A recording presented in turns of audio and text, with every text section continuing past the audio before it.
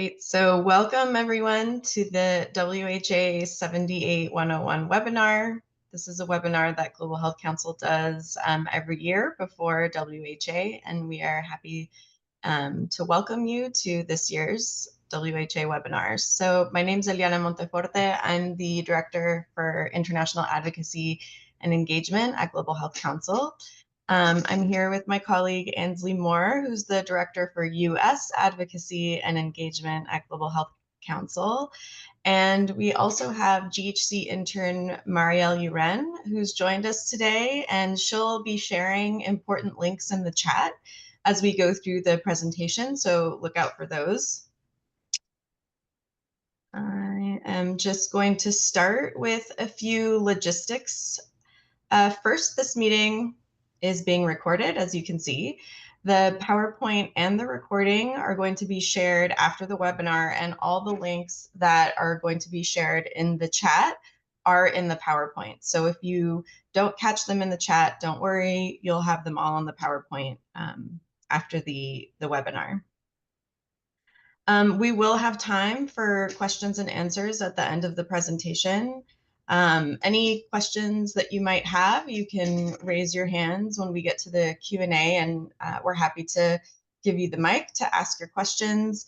You're also welcome to ask your questions in the chat box, so please feel free to do it that way. This is a Global Health Council members only webinar, so it's your space, and take advantage, ask any questions, make any comments. If you have any additional information that you would like to add to what we're sharing, we welcome those. And let's make this as useful as possible for everyone. So I'll just go through a bit of what we will be discussing today. For those of you who are new to Global Health Council, we'll talk a little bit about us. We'll talk about who from Global Health Council Secretariat will be at WHA this year, and a little bit about what the World Health Assembly is in general, and then a quick overview of WHA 78 specifically. A lot of people ask us, how can we engage, whether we're in Geneva at WHA or we're tuning in virtually. So we're going to discuss engagement as well, and different things that you can do to track official proceedings and also what's happening outside the Palais. We as Global Health Council, and I think many of you, are tracking some key issue areas that are being discussed in official proceedings, and we'll be going over what those areas are. We'll also be talking about events, both official and unofficial events that are happening at WHA, communications, how you can talk about WHA, what you're doing, what you're hearing on social media. And then we're going to be joined by our colleagues from United Nations Foundation to get a few key updates about what's happening within WHO, which kind of sets the backdrop for WHA. And then we'll go into some question and answers. And again, this is your space, so use it however you see fit.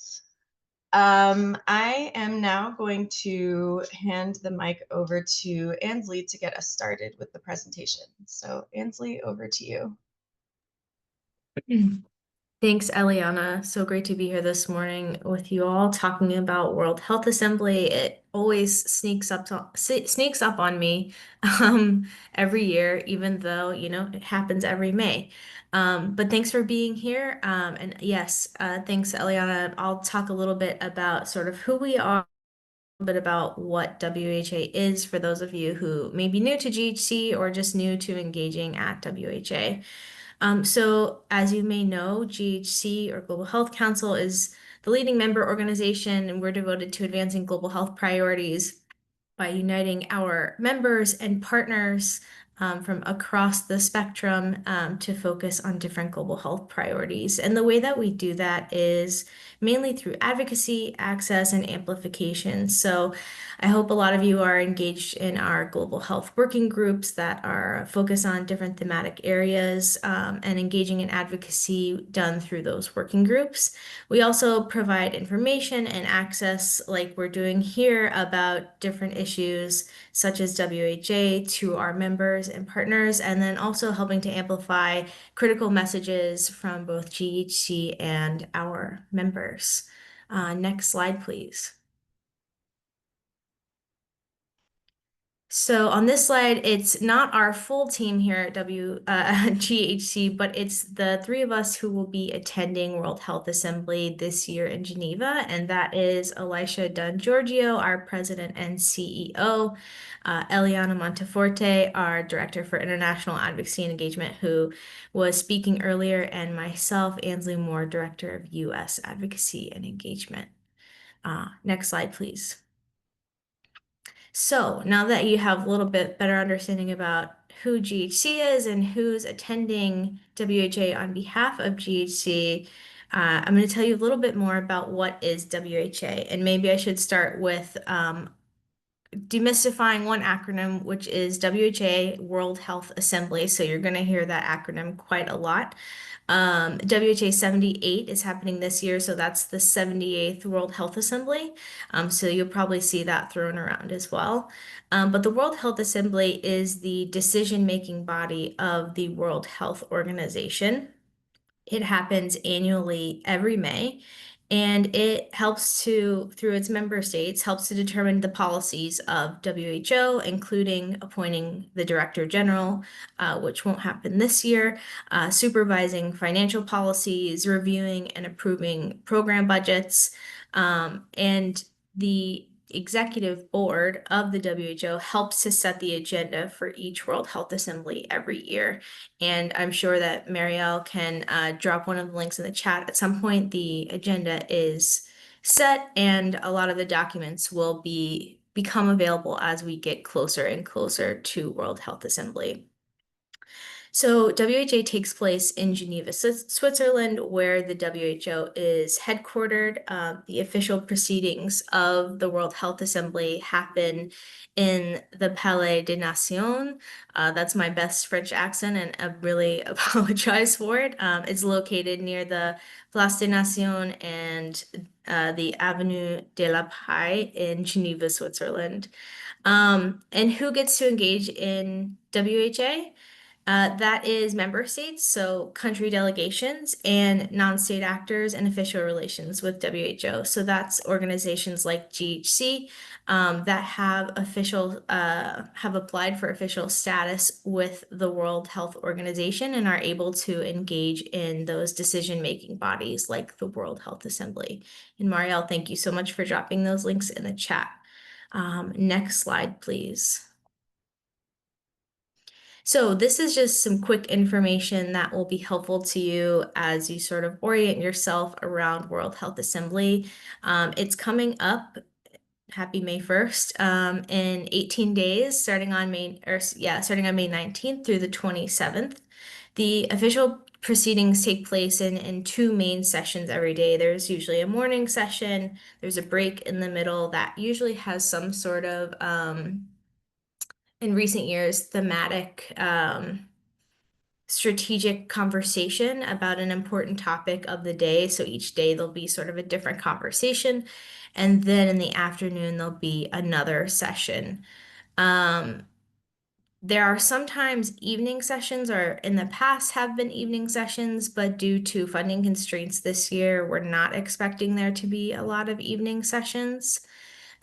Each non-state actor and official relations gets 6 delegate badges to enter the Palais. That allows you to go into the official proceedings, to watch the official proceedings and make statements on the agenda items that are available to NSAs. Member states also have access to these, of course. I believe they have more delegate badges than we do, but I don't think we know that number specifically. If you're not able to get into the official proceedings, you can always watch the sessions online. They're always live streamed and recorded, so you can go back and watch sessions that you may have missed. There's also side sessions in the Palais, like those strategic conversations at lunchtime that I mentioned. And there's also official side events that will happen there in the Palais, as well as all around Geneva throughout the week of WHA. And with that, I will pass it back to Eliana. Thank you. Thanks. Ansley, for the overview. So a little bit more detail about how you can engage in the World Health Assembly when you're in Geneva. So as Ansley mentioned, there is a lot happening outside of the Palais. Inside the Palais is where the official proceedings take place, and you can only get into the Palais if you have a badge, and you can only get a badge if you're a non-state actor in official relations. However, there's a lot happening outside. A lot of organizations are hosting various different side events on different topics related to a lot of the agenda items that are going to be discussed in the official proceedings. Um, Mariel has dropped quite a few links in the chat now that are important for you to keep your eye on. So first is the Global Health Council's calendar of events.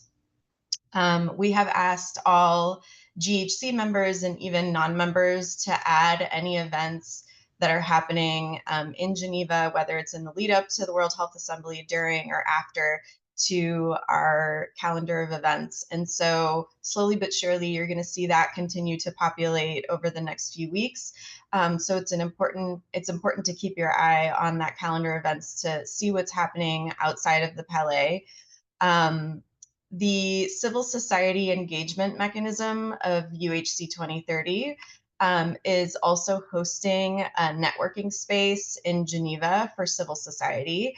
And they're going to have various different events that are happening at their networking space. They're going to publish all of the different events that are happening in their networking space in the link that you see in the chat. It might not already show, but they should be in the next few weeks starting to publish that information. So keep your eye on the networking space website. And then there's also the United Nations Foundation is also tracking official site events. They have released their kind of draft list of events that they have been tracking, and I'm happy to share that with you all once we share the PowerPoint and the recording with you. The other thing that you can do outside of just those side events is attend any side meetings with WHO colleagues and even member state delegates. This is a really good time to try to catch some of those delegates that are going to be in Geneva during official proceedings. I think, Ansley, their delegation is about 6, like the NSAs. So typically they'll have 2 in the room, and then they'll have other member states that are either outside the Palais kind of networking or in the Palais in what are called overflow rooms.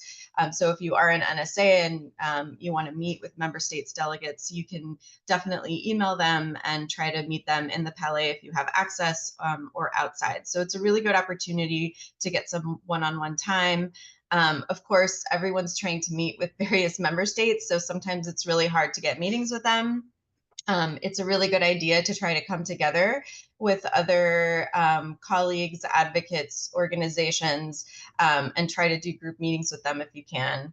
And I will have to say that a lot of people ask me when's the best time to schedule meetings with them, and you can do your best to schedule meetings before WHA, but because the agenda for official proceedings changes every single day, it's really hard for them to schedule things ahead of time. So, don't feel frustrated if you can't schedule anything or you don't hear from them before WHA. During WHA is also a good time to reach out to them and to try to schedule things.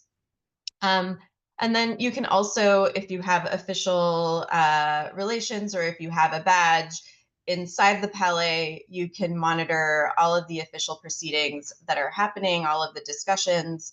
And if you are going to make an individual or a joint statement, that is also an opportunity where you can make those individual and joint statements. The joint statements can only be made on particular agenda items. And for those of you who don't know, a joint statement basically means non-state actors and official relations can actually come together and write one statement, and everyone signs on to that one statement, and then it gets read during official proceedings. And every single organization that has been signed up to that joint statement their name gets read at the beginning before the statement is delivered, so that member states can see which organizations are supporting those joint statements.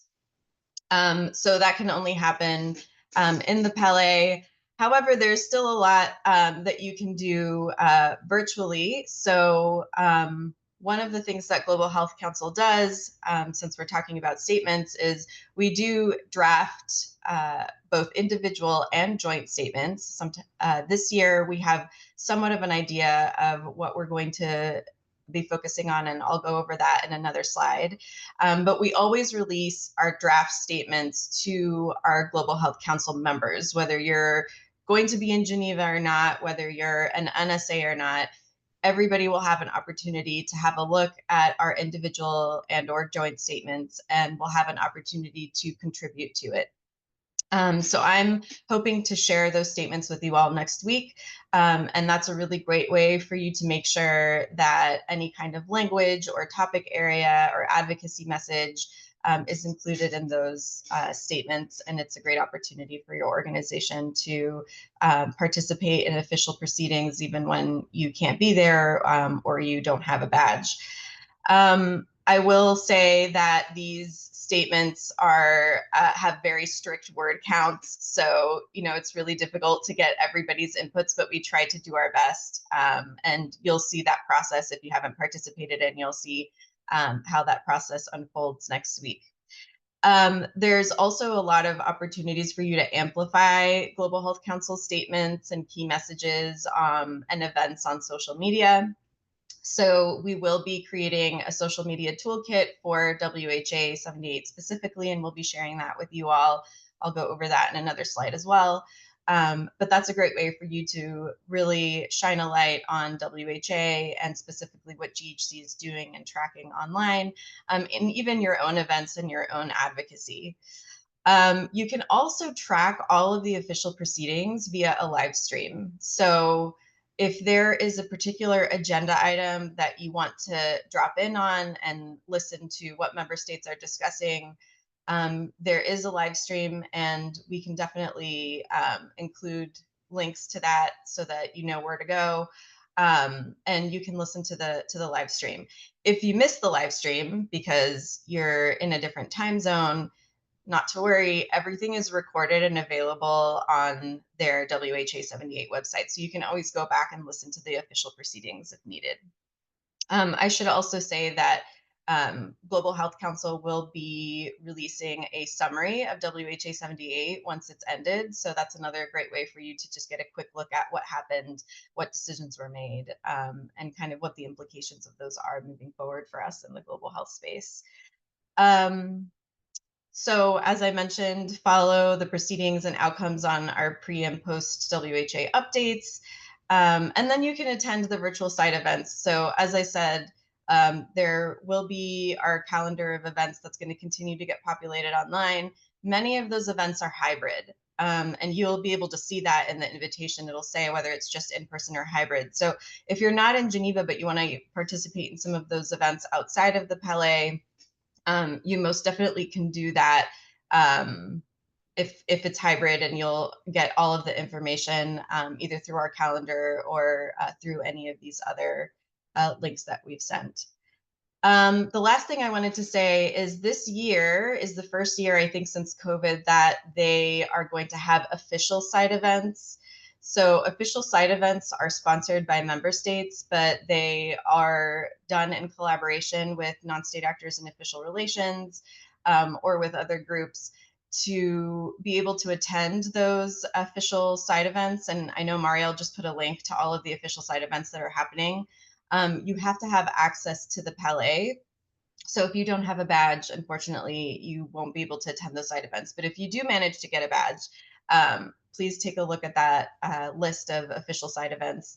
And unless it's closed, you're welcome to attend those site events in the Palais. Okay, so now going into some of the key issue areas that many of us are probably tracking, but you've probably heard either on the news or within our working groups, a lot of these topic areas being discussed. But this is really, I think, for Global Health Council, the priority areas that we're looking at for WHA 78. So first is governance reform. So as you all know, there are some enormous financial constraints within WHO right now, and there have been a lot of meetings outside of official proceedings that member states and WHO have been having to discuss how to prioritize different programs within WHO, how to combine programs. So a lot of the results of those discussions are going to be shared at WHA. And so member states will be presented with what those priority areas are and what those programs are that will continue, which might need to let go, and then which will be collapsed or brought together.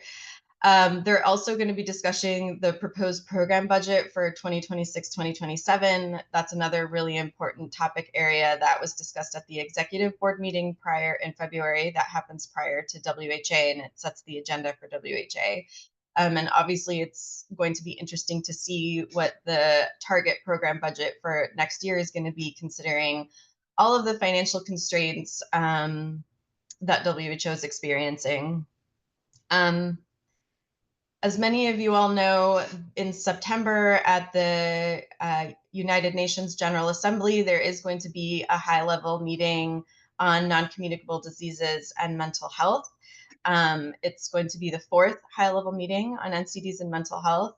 And so a lot of people are going to have their eyes on agenda item 13.1, which is the follow-up to the third high-level meeting on NCDs. And so there will be a lot of statements from member states on not just what they're doing, but also what needs to be done in NCDs. And this is really informative for anybody in the global health community that's going to be participating in UNGA, the United Nations General Assembly this year, to get some insights into what those key NCD topic areas are that are priority areas for member states, what they are looking at, and then maybe finding out or seeing what those gaps are that we can advocate for and fill in the lead up to UNGA in September. There will also be an agenda item on universal health coverage.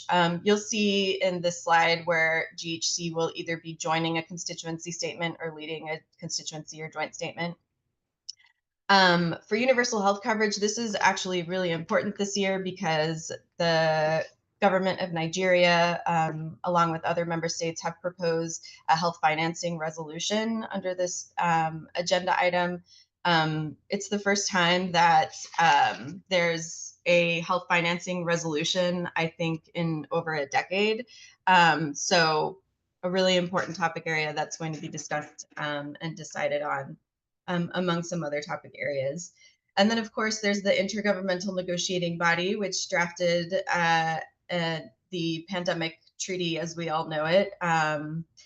We're going to get some more updates from the United Nations Foundation on that, but a very important moment at WHA this year, since the text for the pandemic treaty has been agreed upon. It's going to be presented and officially decided on at WHA. And then, of course, there's going to be our discussion on climate and health. And then the last topic area, which I discussed a little bit about at the beginning, is financing for WHO. And that'll be interesting to kind of hear updates from the WHO Secretariat on how the WHO investment round is going, where the gaps are, and how they intend to continue to mobilize resources for WHO. So there's a lot this year. But a lot is happening in the global health space, so it's not a surprise. Okay, so this is just a screenshot, but I've mentioned this a few times. This is the web page where we have our calendar of events at GHC. So the link is in the chat, but please submit your events. You can do it yourself, and then it gets approved and posted on our end. So we really, really encourage everyone to do this. It's very beneficial for everybody. And the more that we post, the more information people have that are going to be in Geneva and that are also going to be tuning in virtually.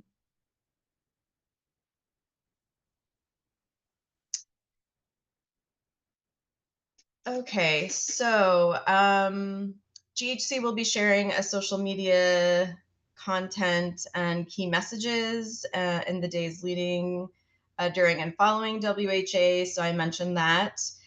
So we estimate that it'll be released around mid-May. So keep your eye out for that.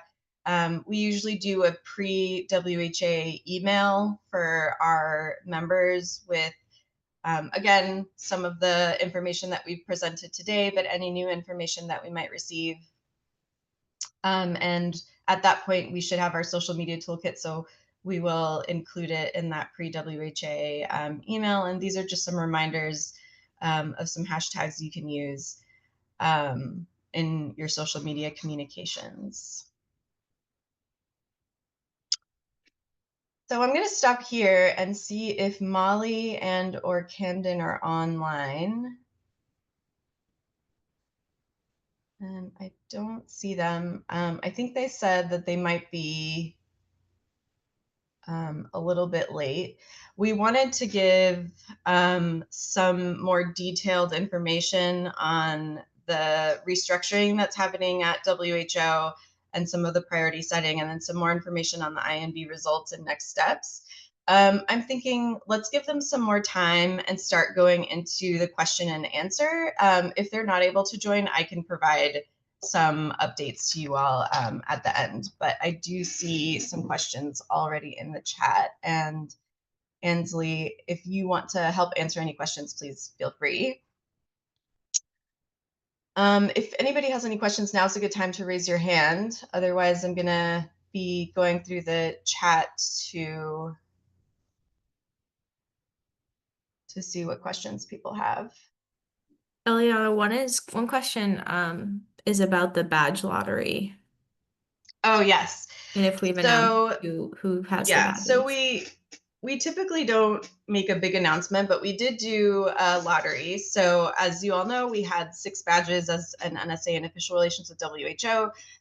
3 badges will be for the GHC Secretariat, and then 3 badges were put up for lottery.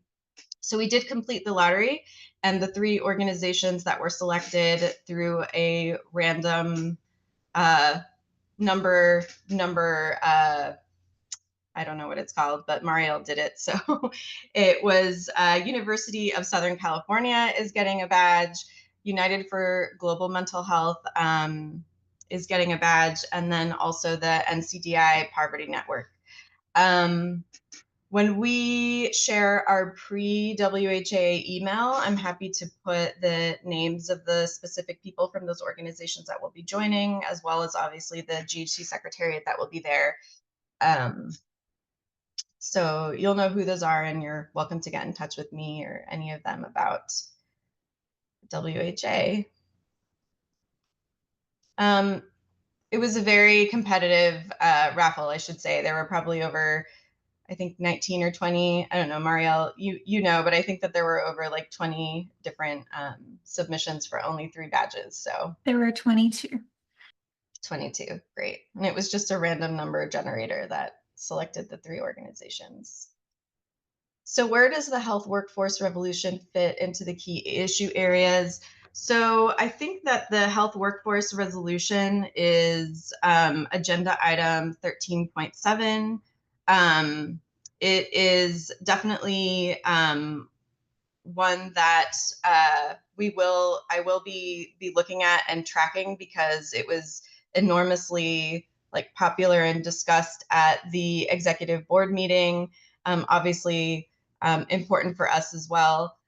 So that's something that we can also report on if it's of interest, but most definitely something that a lot of our non-state actors in official relations are tracking as well. And so I wouldn't be surprised if you see a lot of results for that, but that is a completely separate agenda item. And if it is also of interest to any of you all specifically, I highly recommend that you all go to the recordings or the live stream to track those. I do see that Camden is online. Welcome, Camden. We'll continue with the Q&A, but I do want to hand it over to Camden. And if you can't, oh, there you go. I was like, if you can't put your video on, don't worry. But I am going to give you some time, Camden, to maybe talk about INB. And then after that, Molly, if you can come in and talk about what you know about all of the WHO restructuring that's happening and priority setting. We very briefly touched on it, but would love some more details. So Camden, over to you. Sure. Thank you, Eliana, and good morning, colleagues from New York. Uh, I think so. I'll be touching on just one of the milestone moments that make up this World Health Assembly, which is the conclusion of the negotiation process on a pandemic agreement. This was sort of arduous over a 3-year process, culminating at this assembly that was set actually to conclude at last year's assembly, but due to sort of incremental progress, they extended it, the deadline to this assembly, and fortunately reached consensus on a legally binding document that countries can opt into that will strengthen the global health architecture for pandemic preparedness, prevention, and response. And so I think while this is a really major moment for multilateralism, I think it's important to note that it's unfinished. The next steps for this process will be a formal adoption of the document at WHA. So it will be under the formal agenda and take member states' approval either by consensus or by a vote, a 2/3 majority of vote, in which would rule in favor. And after the approval, member states will also need to decide on next steps for negotiating the pathogen access and benefit sharing system. This is sort of a crucial part of the agreement that's referenced throughout the text, and was a real contentious point of negotiations that was left unfinished. And so member states will have to now sort of finalize the details of this that will go under an annex attached to the main agreement once done. So 2 steps now at WHA need to take shape. They need to formally approve the agreement that was presented to them by the negotiating body, and they need to decide on next steps for negotiating this PABS instrument. And the proposed sort of path forward for those continued negotiations looks like it may be a sort of new negotiating body among member states on a 1-year timeline leading up to next year's World Health Assembly in 2026. And so the work is unfinished, and I think it's important to also note that these next steps in deciding are really, really crucial for implementation of the pandemic agreement, just because they need to finalize this annex before the entire agreement can open up for signatures, and it will take 60 signatures to enter into force. And so basically, before we have a pandemic agreement, we need to have this annex, and we're looking at least minimum a year's time. So I'll keep it there and leave it open for any questions. So I guess before we move over to Molly, I don't know if anybody here has any questions around the INB specifically. You're welcome to raise your hand or put it in the chat. Okay. All right, so Molly, why don't you give us an update on WHO restructuring? Sure thing. And good morning, everyone from New York. Sorry for being a little late to this call, but pleasure to be with you and to be thinking about WHA, which is right around the corner. So many of you will know that WHO is facing about a 21% budget cut. Lots of different conversations and ideas being tabled about how to manage this. But I think I'll start actually by backing up a little bit to say that WHO's business model has always been such that they have not a lot of money in the bank as they move into a new budget cycle. And the organization budgets in 2-year periods. So it's not uncommon to start a new budget cycle with maybe half or less than the funds that are needed for the anticipated work in that period of time. This has been a problem for a long time. Many of you probably will have heard me and others talk about the Sustainable Financing Working Group, which is a group of member states who came together to try to solve some of the perennial challenges that WHO has faced with its financing. This work started back in 2022, and this was a reaction in part to the first Trump administration announcement of intent to withdraw. member states recognized that reliance on one or a small handful of large donors was a significant risk. And so they worked in a few different ways to try to improve the predictability of WHO's funding, in part by increasing the membership dues or the assessed contributions to be a larger proportion of the base budget. So instead of membership dues constituting only 16% or so, they agreed that by 2028, they would boost that number to about 50% through incremental hikes. They also, last year, and many of you will have heard about the investment round, created a new financing mechanism that was meant to draw in additional voluntary contributions from member states and broaden the donor base. And we saw that that actually occurred.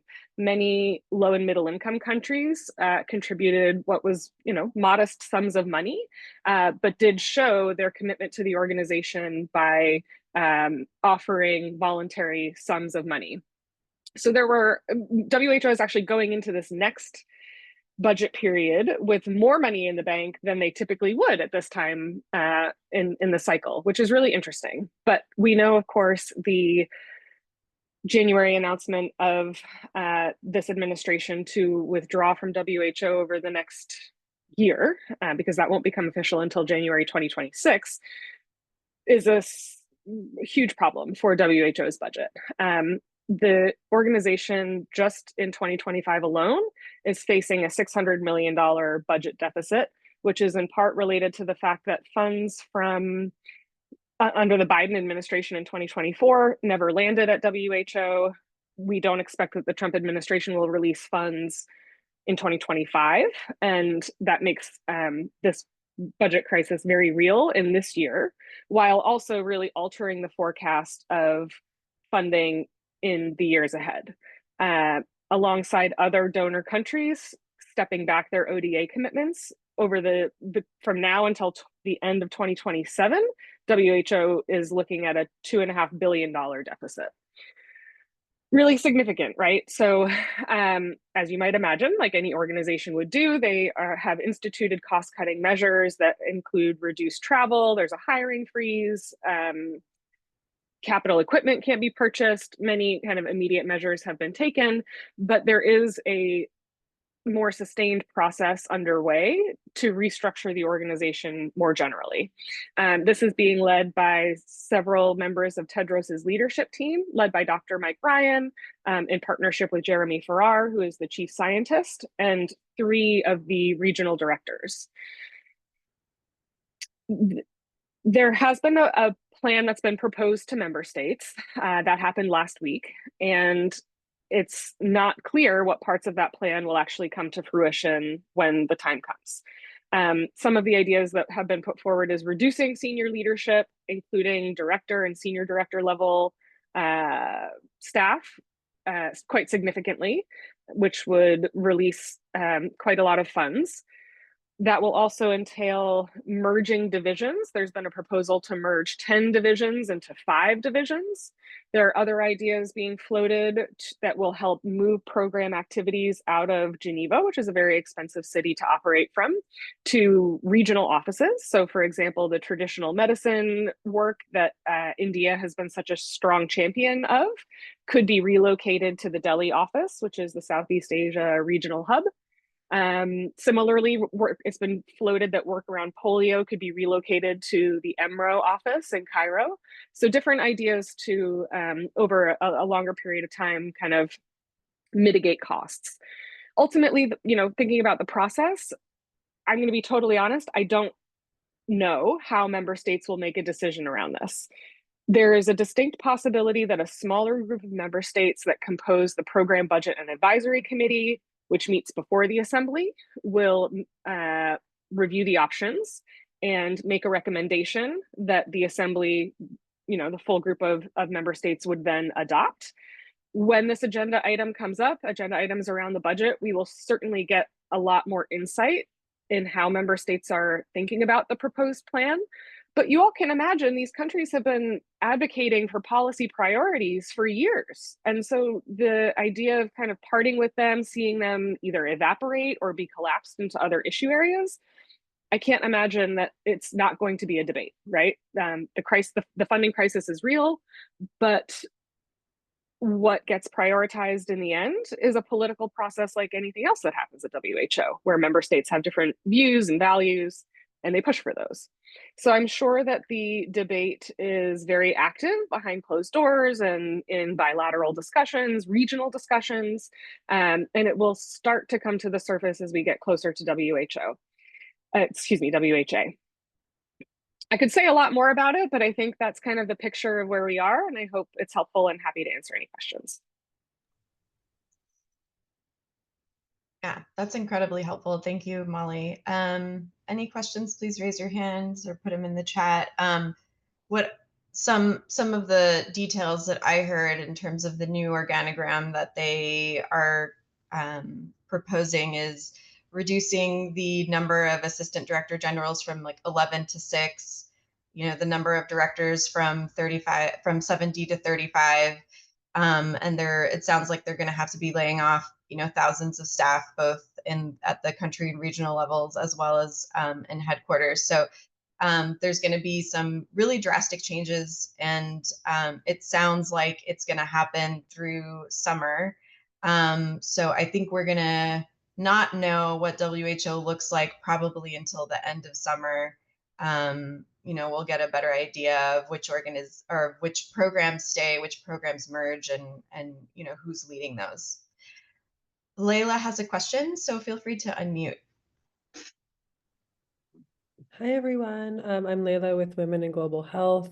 It's always a pleasure to come to a Global Health Council meeting.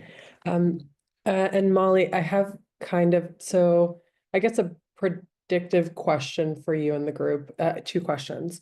One is, with the rework of WHO, we're wondering at Women in Global Health how that will change our NSA framework.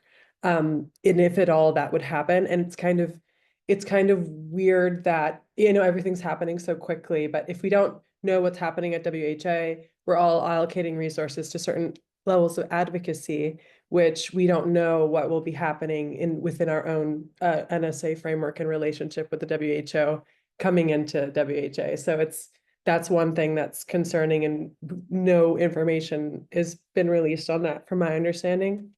The second is, there's intel and a rumor, I'm not sure if anyone else has heard this, swirling about the US positioning at WHA, leveraging funding with member states to get them to sign the Geneva Consensus Declaration, which is not a Geneva-related declaration. It's like an anti-abortion declaration. That is it, and I don't know if anyone else has heard this, but we've been getting from our other partners asking, do you know if this is true, that people are using that the US is using this as leverage for WHO funding. So I'll drop those 2 questions or comments or concerns. Yeah. No, I think they're great observations and questions. To the point around non-state actors and official relations, I've not yet heard this as a kind of priority issue area, in part because I think the work on NSA engagement typically hasn't been a huge budget item. I could see next year that the kind of suite of activities that the Secretariat tries to provide to NSAs may be condensed or consolidated. Like, for example, there's 3 or 4 pre-WHA meetings that are 2 hours that are happening on the way to WHA this year. I could see that being condensed. I will say that the FENSA document and framework has been an agenda item at this past executive board and will be at WHA, but that has not, to my knowledge, been a conversation in connection to the budget per se. So I think what I'm trying to say is there could be governance changes to FENSA, because that has been a brewing issue over the past maybe 18 months or so. But I don't see it as yet being connected to questions around the budget, though of course it's not out of the realm of possibility that it will be affected just like everything else.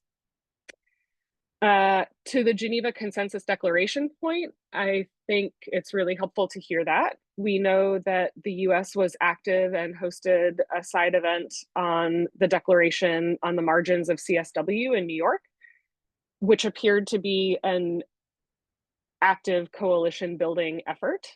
So I wouldn't be surprised if they were seeking to do that in Geneva as well. But it is a little at odds with their general position on fully disengaging from WHO. I would be slightly surprised. I don't know what is surprising. Everything is surprising. It happens all the time. I would be slightly surprised if the US took the floor at WHA to make points around this. I could see the mission in Geneva convening outside of WHO, again, for the purposes of coalition building. And I'm happy to add on the NSA question. So I've had a few discussions with WHO on NSAs and how they plan to move forward. And it sounds to me like in the immediate future, they're planning to move forward just business as usual. The one thing that I will say that has changed, and any NSA that has had to go through the process of renewing their NSA status and developing a new NSA collaboration plan will know that the templates and process for developing the NSA collaboration plan has changed pretty significantly.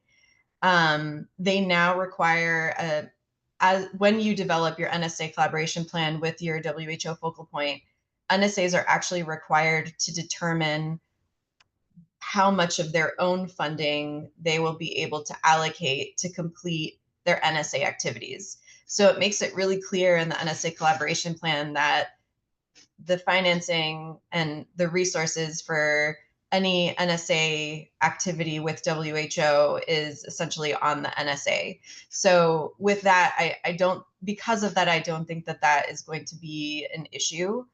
In terms of the kinds of activities that NSAs are doing, that's most definitely going to change because they're collapsing so many different programs or merging so many different programs together, and then some won't exist anymore. And we don't know, but there are going to be a lot of WHO focal points for NSAs that might not be at WHO anymore. So they are going to probably have to go through a process of reassigning focal points for NSAs, and then after that, either updating or prioritizing specific activities in the collaboration plans that are now relevant in the new WHO structure. How they're going to do that, they still have not provided us with any information. And frankly, to me, it almost sounds like that's a very low priority for them in terms of figuring out. So we're probably going to be doing a lot more of that priority setting within our NSA collaboration plans with our focal points directly. And I'm not even sure if there's going to be like a formal process in terms of updating the collaboration plans so that they align more with the new WHO structure. But in terms of how NSAs engage with WHO, to me, it sounds like that's not going to change so much in the near future from what I've heard. Thank you for your great question. Any other questions?